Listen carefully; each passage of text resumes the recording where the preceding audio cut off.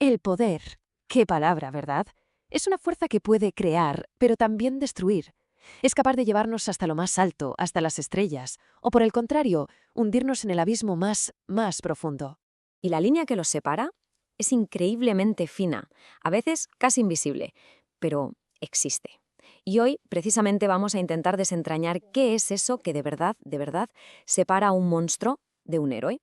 Vale, pues todo, absolutamente todo comienza en el mismo punto, en esa sombra, la sombra que proyecta el poder. Y aquí la tenemos, la encrucijada. Porque, a ver, pensemos un poco. El poder, en sí mismo, no es ni bueno ni malo, es simplemente un punto de partida. Un mismo origen para dos destinos que no podrían ser más opuestos. Entonces, para entender bien estos dos caminos, la respuesta no la vamos a encontrar fuera, no. Hay que buscarla dentro, justo ahí, en la mente de la persona que tiene el poder. Y es justo aquí donde encontramos la primera gran grieta.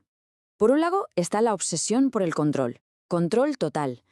Y por el otro, la empatía, la capacidad de ponerse en el lugar del otro. Ojo, que esto no son simples rasgos de personalidad, ¿eh? Son dos impulsos potentísimos que al final van a definir un destino.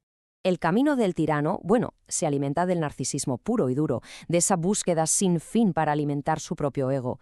Y su herramienta principal, su motor, no es otro que el miedo que es capaz de provocar en los demás.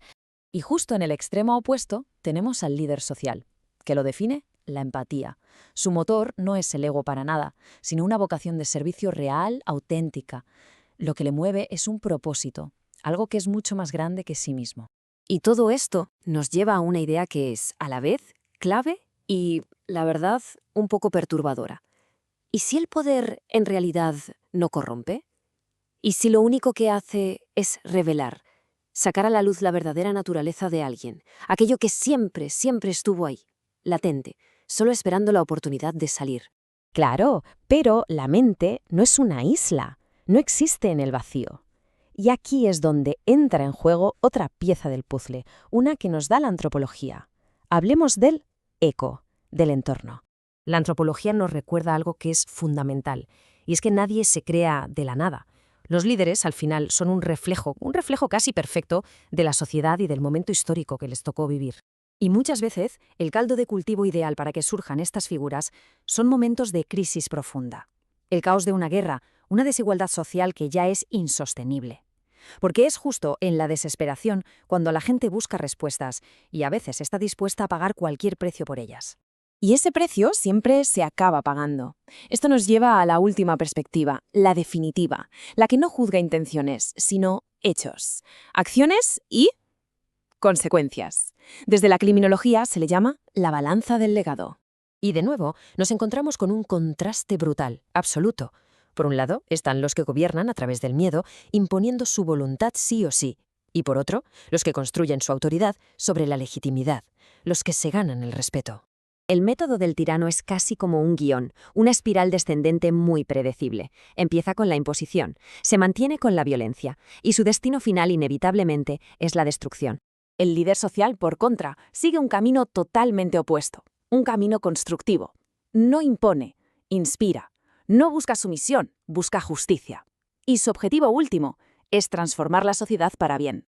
Hay una frase que lo resume a la perfección. El miedo construye jaulas. La inspiración construye puentes. Es que es así. El miedo nos encierra, nos aísla, nos limita. Pero la inspiración nos conecta, crea puentes que nos unen y nos abren un mundo de posibilidades. Bien, hemos visto la psicología, el entorno, las acciones. Entonces, después de todo esto, ¿dónde está la diferencia clave, la final? Pues reside en algo tan humano como el poder de elegir.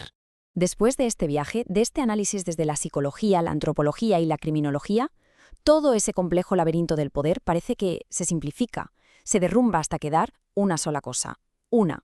Y aquí está la clave de bóveda de todo esto.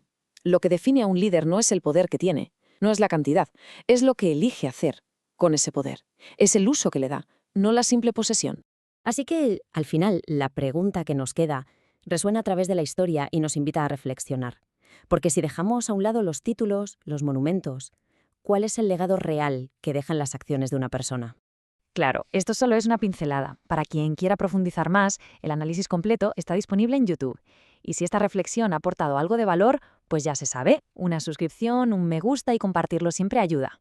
Y por cierto, como un pequeño extra para seguir explorando todo este potencial, solo hay que comentar la palabra libro para recibir un resumen del ebook Rompe tus límites.